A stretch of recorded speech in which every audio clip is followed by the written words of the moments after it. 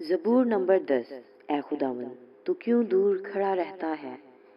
مصیبت کے وقت تو کیوں چھپ جاتا ہے؟ شریر کے غرور کے سبب سے غریب کا تندی سے پیچھا کیا جاتا ہے۔ جو منصوبے انہوں نے باندھے ہیں وہ انہی میں گرفتار ہو جائیں، کیونکہ شریر اپنی نفسانی خواہش پر فخر کرتا ہے اور لالچی خداوند کو ترک کرتا بلکہ اس کی اہانت کرتا ہے۔ شریر اپنے تکبر میں کہتا ہے کہ وہ باز پرس نہیں کرے گا۔ اس کا خیال سراسر یہی ہے کہ کوئی خدا نہیں۔ اس کی راہیں ہمیشہ استوار ہیں، تیرے احکام اس کی نظر سے بعید و بلند ہیں۔ وہ اپنے سب مخالفوں پر پھنکارتا ہے۔ وہ اپنے دل میں کہتا ہے میں جنبش نہیں کھانے کا، پشت در پشت مجھ پر کبھی مصیبت نہ آئے گی۔ اس کا منہ لعنت و دغا اور ظلم سے پر ہے، شرارت اور بدی اس کی زبان پر ہے۔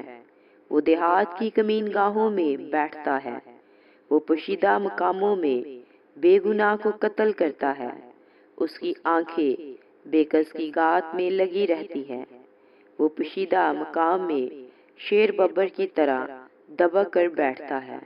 وہ غریب کے پکڑنے کو گات لگائے رہتا ہے، وہ غریب کو اپنے جال میں پھنسا کر پکڑ لیتا ہے۔ وہ دبکتا ہے، وہ جھک جاتا ہے اور بے کس اس کے پہلوانوں کے ہاتھ سے مارے جاتے ہیں۔ وہ اپنے دل میں کہتا ہے خدا بھول گیا ہے۔ وہ اپنا منہ چھپاتا ہے، وہ ہرگز نہیں دیکھے گا۔ اٹھ اے خداوند، اے خدا اپنا ہاتھ بلند کر، غریبوں کو نہ بھول۔ شریر کس لیے خدا کی اہانت کرتا ہے؟ وہ اپنے دل میں کہتا ہے کہ تو باز پرس نہ کرے گا۔ تو نے دیکھ لیا ہے، کیونکہ تو شرارت اور بغض دیکھتا ہے، تاکہ اپنے ہاتھ سے بدلہ دے۔ بے کس اپنے آپ کو تیرے سپرد کرتا ہے، تو ہی یتیم کا مددگار رہا ہے۔ شریر کا بازو توڑ دے اور بدکار کی شرارت کو جب تک نابود نہ ہو ڈھونڈ ڈھونڈ کر نکال۔ خداوند ابدالآباد بادشاہ ہے، قومیں اس کے ملک میں سے نابود ہو گئی۔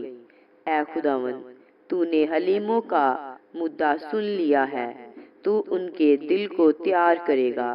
تو کان لگا کر سنے گا کہ یتیم اور مظلوم کا انصاف کرے، تاکہ انسان جو خاک سے ہے پھر نہ ڈرائے۔ آمین۔